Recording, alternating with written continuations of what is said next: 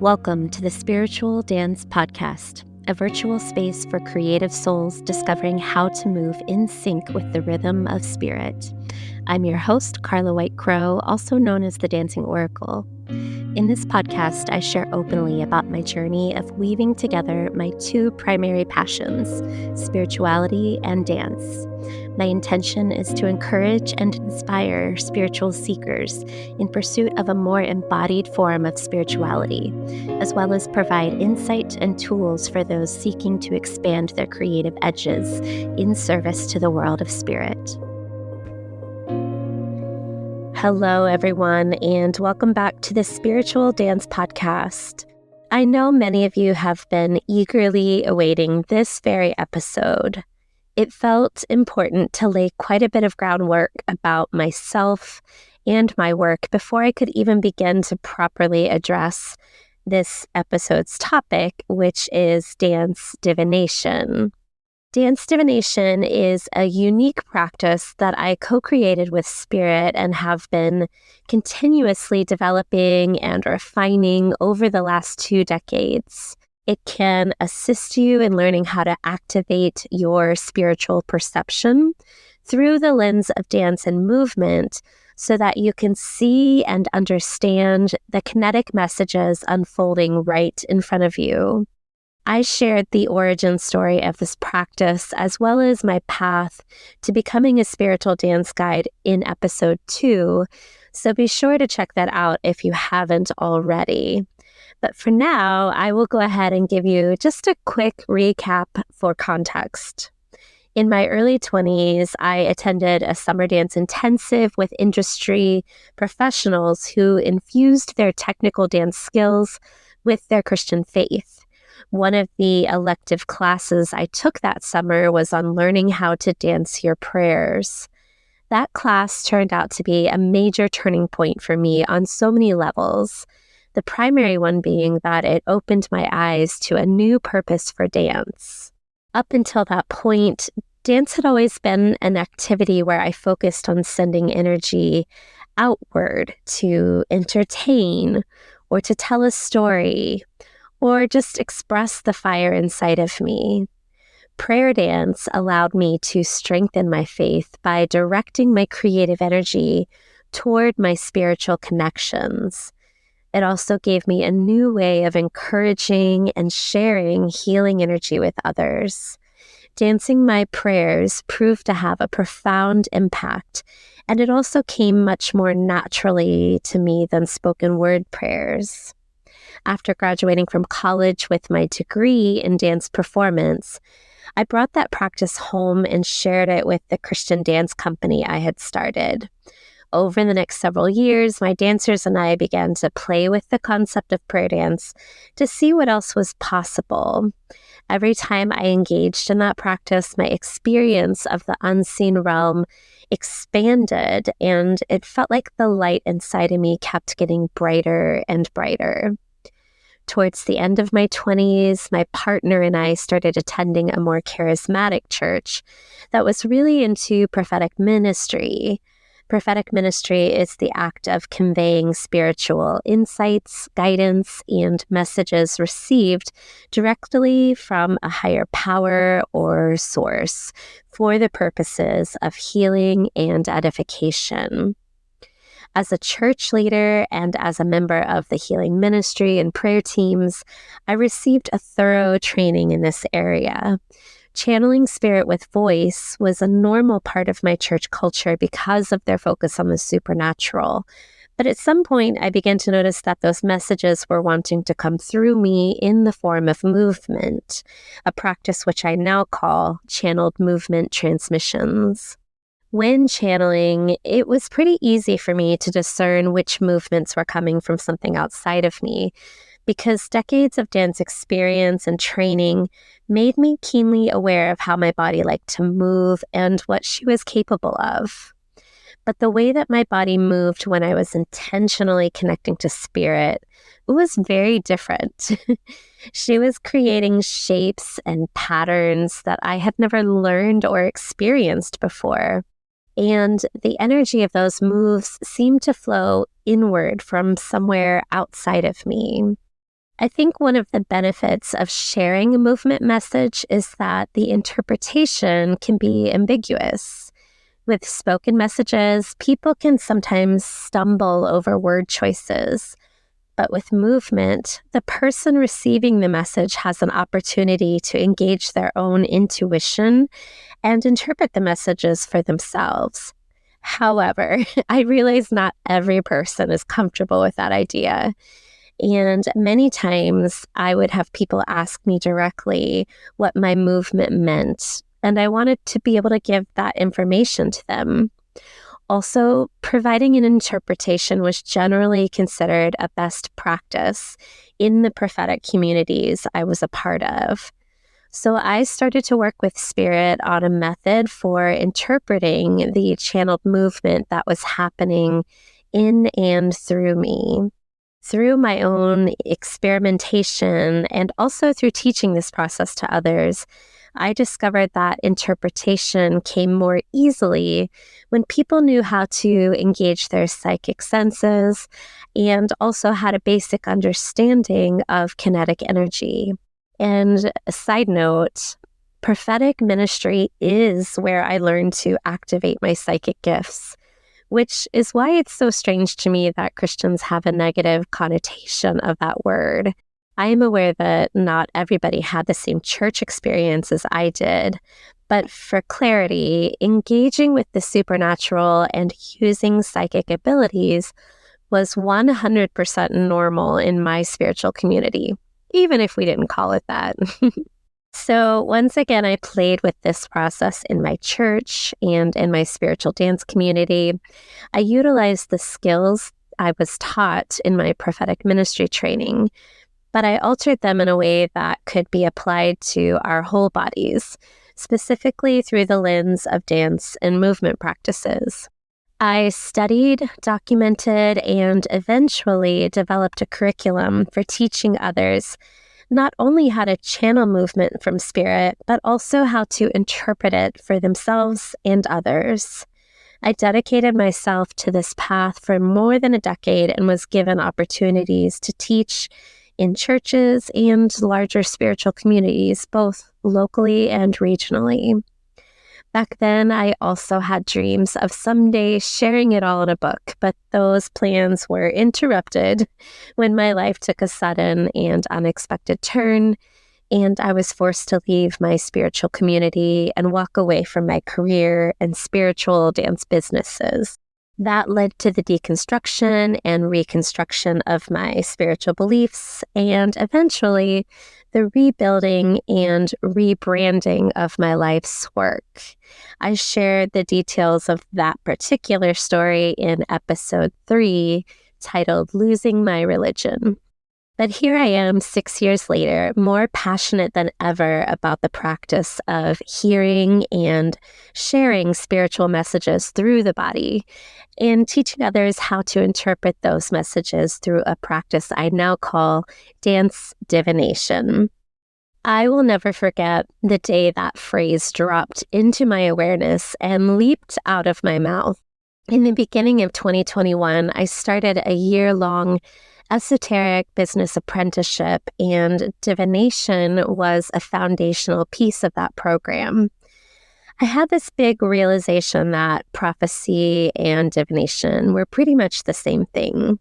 If you look at the word divination in the dictionary, it is described as the discovery of hidden knowledge by intuition or supernatural powers, whereas prophecy is defined as divinely inspired speech.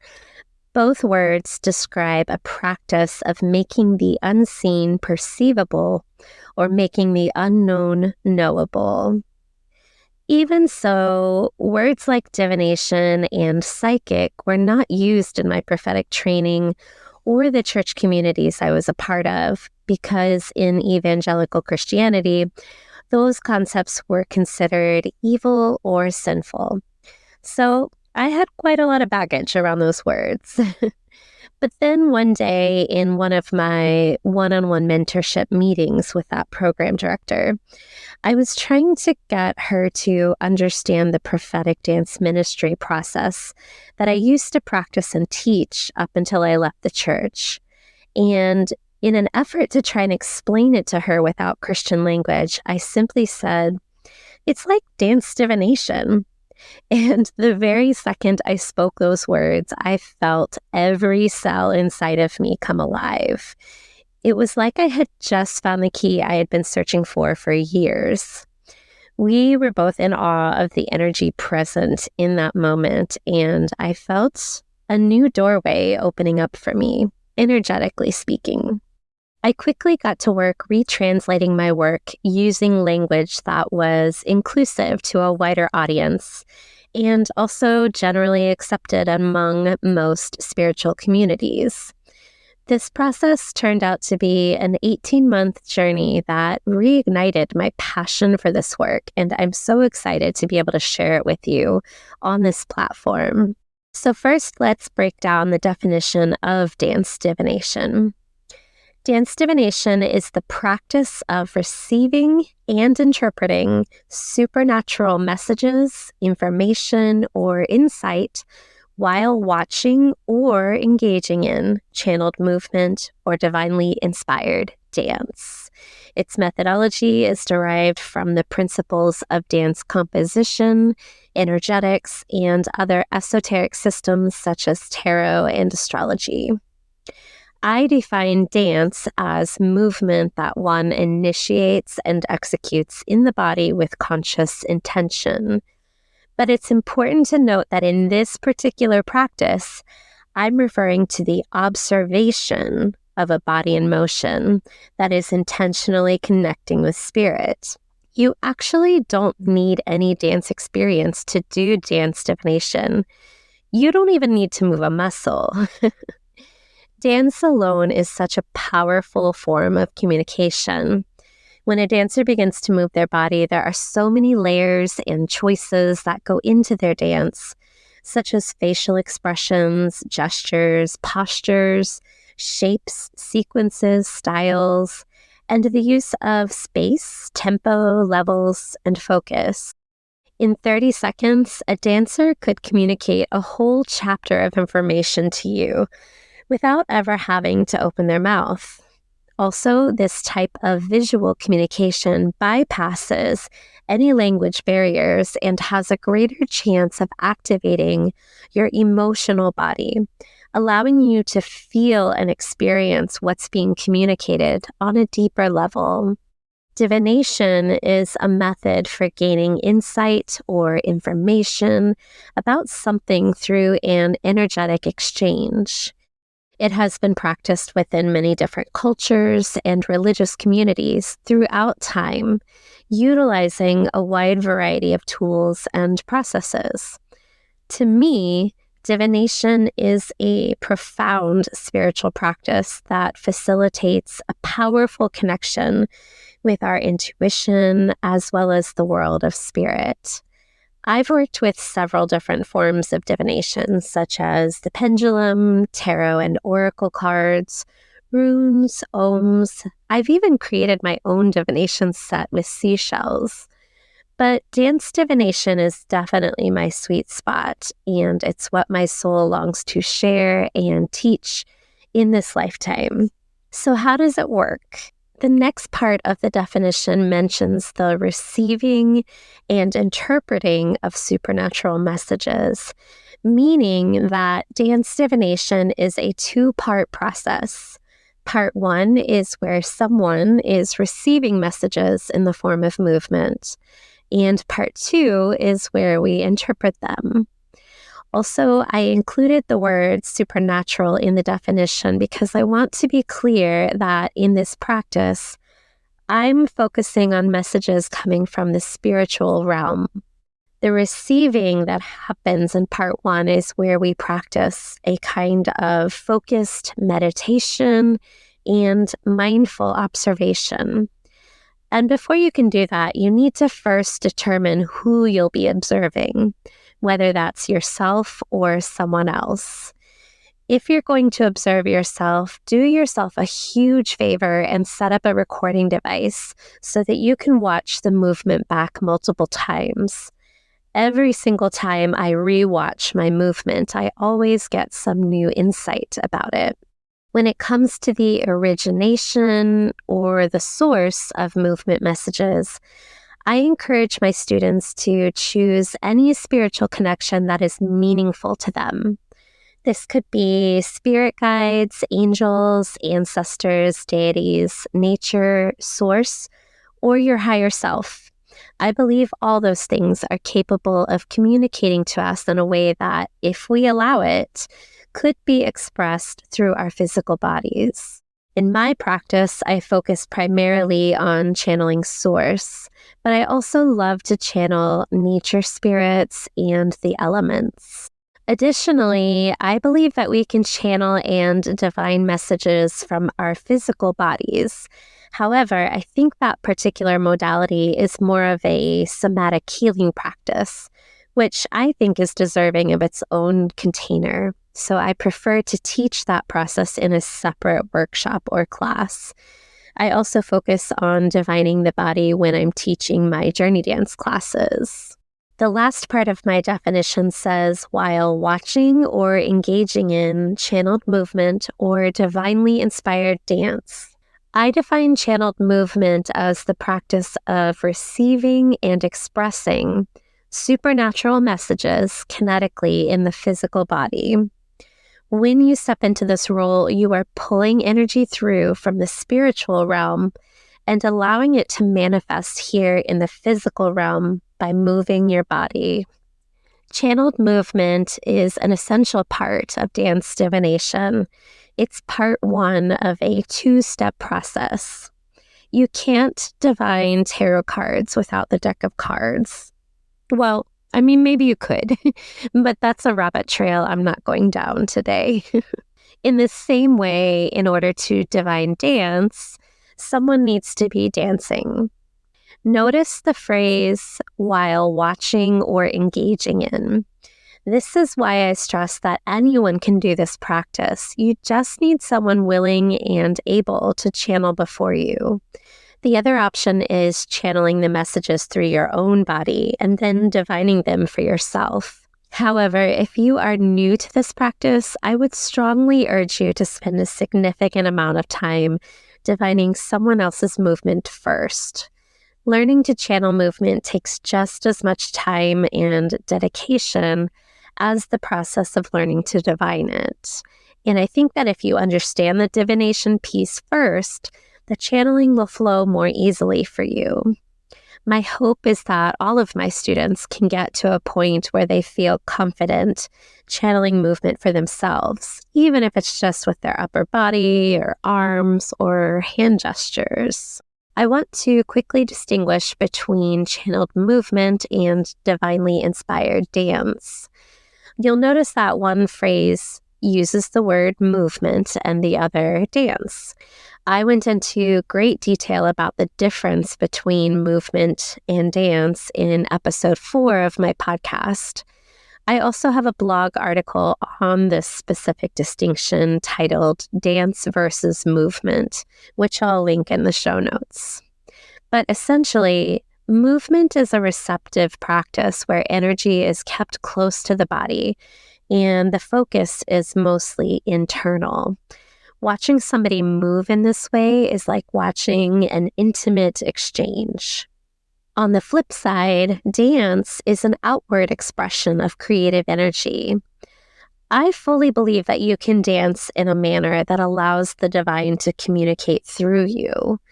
I've experienced this many times in my life.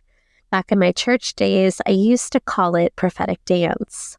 Prophetic dance can be choreographed or spontaneous, but the biggest distinction, subtle as it may be, is the flow of energy. My reason for making this distinction is that I've been in many situations where the act of performing a dance versus channeling one is discredited as not being spiritual enough for the divine to be seen and heard. But some of the most powerful experiences I've had of spirit moving through me have been while performing on stage. And that is what I'm referring to when I say divinely inspired dance. One question I often get is, can spirit speak to you through dance or movement from somebody who isn't actively and consciously connecting with spirit? My answer is usually maybe, probably, to some degree, yes. But that kind of question can put us on a philosophical and or theological hamster wheel. I don't really know the answer to that question, and I don't know that we're supposed to know the answer. What I do know is that intention creates intensity. And I think that if you are divining the movement of somebody who is actively engaging their connection to spirit, that you're likely to get more information from your observation of them versus watching someone do the electric slide. On the other hand, say you're in a theater watching a professional dance performance and you start receiving messages from spirit. Don't discredit those intuitive nudges just because the person on stage isn't channeling. If spirit is speaking to you, then that is 100% valid. Lean into it and see if there's deeper information you can uncover. Nothing is black and white, in my opinion, and there's no need to gatekeep this practice. The ways of spirit are infinite. I'm simply trying to put structure around a process that is sacred to me, one that I want everyone to learn and experience. Structure is proven to be helpful when learning new concepts, but structure can also function like training wheels, and you can take them off when you're ready to ride solo. Before we move on from part 1 of the dance divination practice, there are a few key points and best practices I want to highlight. When you are learning to channel, I believe it's important to set an intention about who you're connecting to and what you're inquiring about prior to engaging with the world of spirit. Without an intention, we don't have any frame of reference for interpreting the information being sent our way. Setting an intention is like typing an address into your GPS. It helps you get to where you need to go using the most efficient route possible. I also think that declaring who or what you are connecting to is crucial for your own energetic health and protection. Another recommendation I would make is to research grounding techniques and spiritual cleansing. Find methods for both of those things that feel good to you. Both are important practices for anyone doing this kind of work, especially if it's being done as an act of service for or on behalf of another person. And lastly, I can't stress enough the importance of ethics in this line of work, as I have seen and experienced channeling done in an unethical manner many, many times. All of these things are topics that I will expand upon in my book and my online course on dance divination.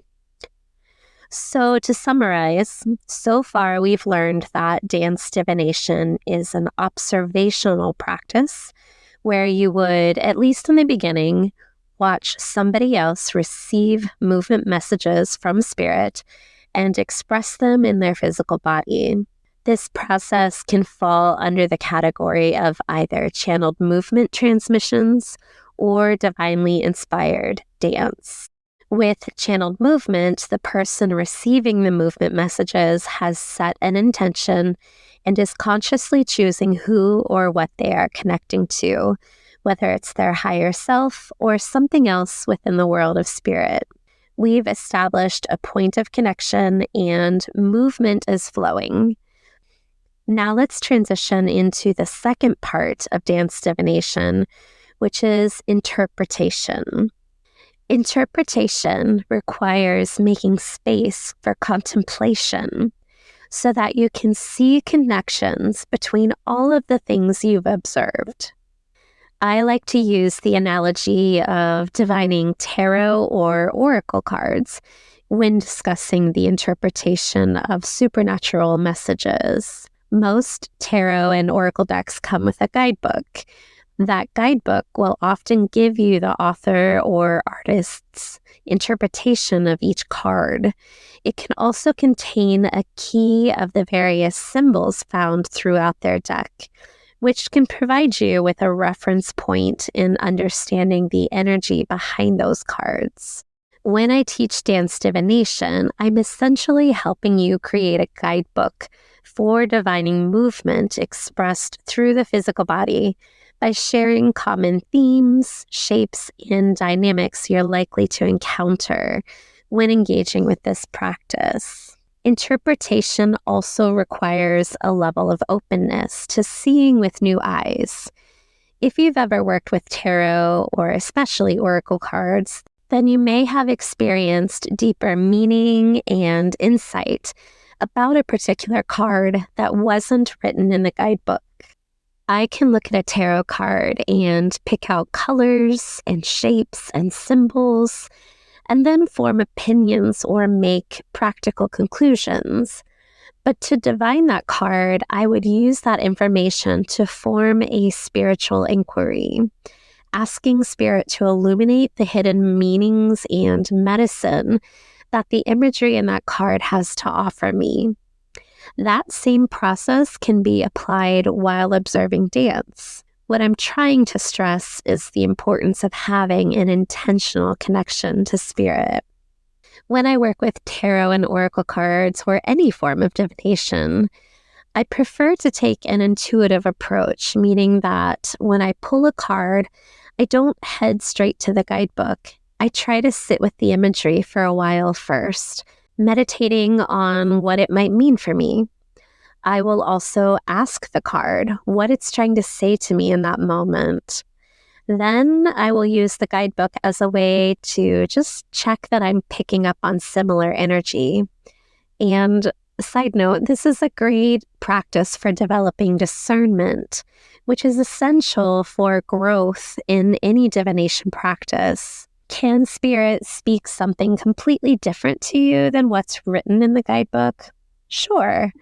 But growth comes from learning to discern the voice of Spirit versus your own voice. And there's no shortcut for that. It takes time and it takes practice. If you commit to this process for an extended amount of time, and especially once you start channeling your own movement, you'll start to notice repeating patterns and recurring themes. You might find that there are certain movements where Spirit shares the same meaning with you every time.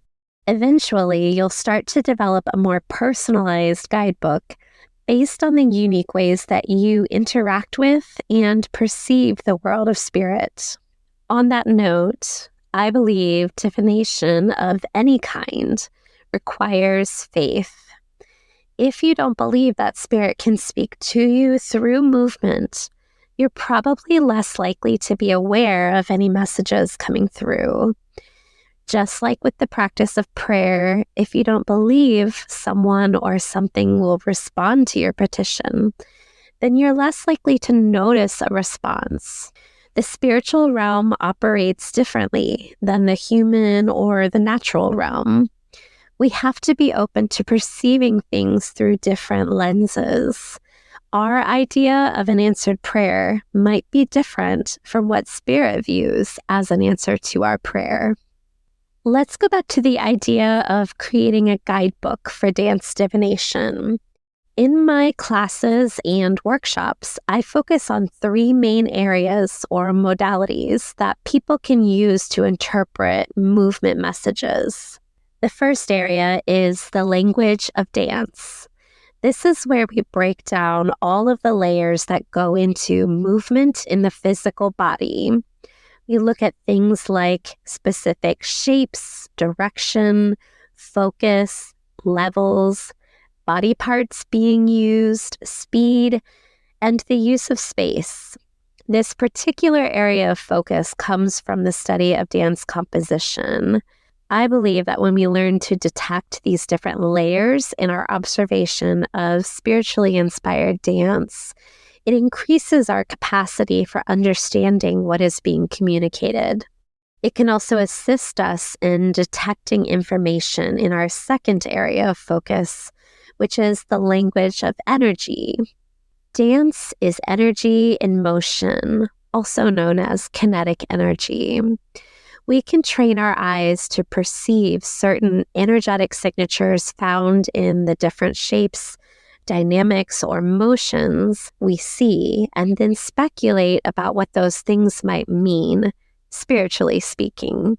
I teach this process by sharing the correlations I've made between movement and things like the four elements, as well as tarot and astrological archetypes, both planetary and zodiacal. This gives us yet another lens to look through when divining movement messages. The third and final area we look at is how to activate and work with psychic senses in conjunction with dance and movement practices.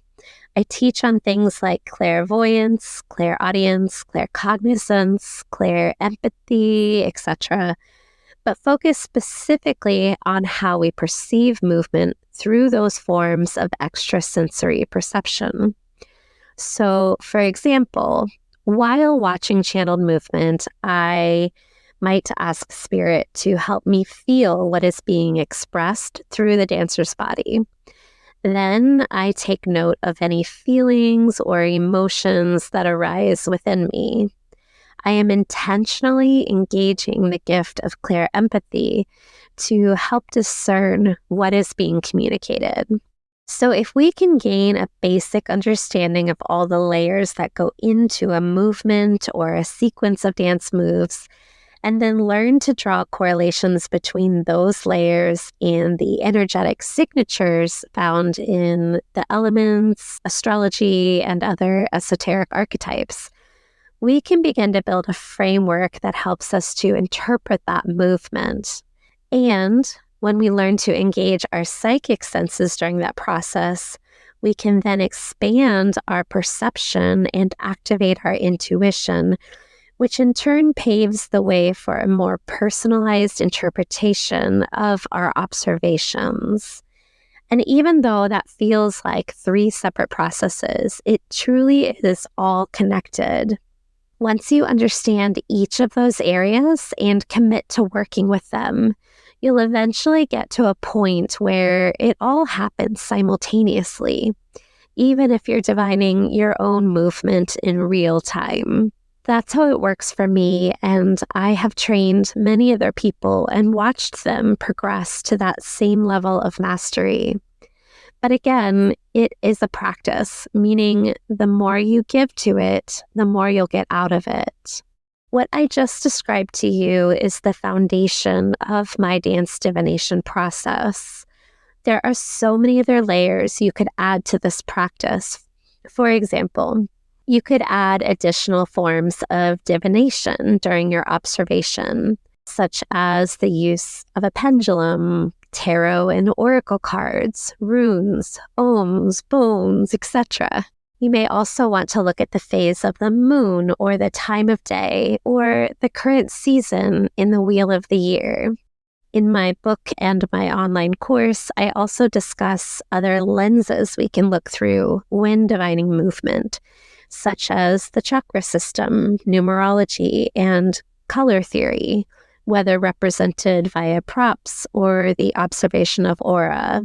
There are so many benefits to learning the dance divination process, such as deepening your spiritual connections, strengthening your intuition and spiritual discernment, and bolstering your faith in the universe. But this practice can also open a doorway to helping you develop your own embodied spiritual practice.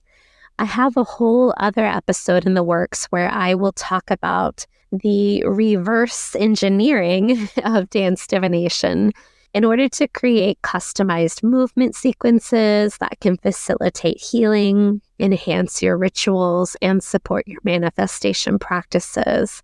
I call that process cosmic choreography. So stay tuned for that one. If you want to learn more about dance divination, please check out my upcoming book and online course. I'll have links to those as well as a few other blog articles I referenced in the show notes. If you live near Dayton, Ohio, or you're willing to travel, I do have a workshop coming up on September 27th, but I'm also willing to travel to your spiritual and/or dance community to teach on this topic. Please send me a DM on Instagram or contact me through the form on my website to get the ball rolling. That, my friends, is all I have for you today. I hope you found this information helpful and inspiring, and I will catch you all next month. Thank you for taking the time to listen to my podcast. If you enjoyed this episode, I would greatly appreciate a positive rating and review. This helps others find me so that I can support and inspire as many humans as possible. If you would like to learn more about my work, please visit www.thedancingoracle.com.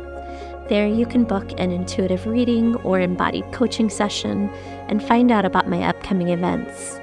You can also sign up for my mailing list to be notified of my upcoming course and book launches on the topic of dance divination. Until next time, be well, friends, and I will see you in the next episode.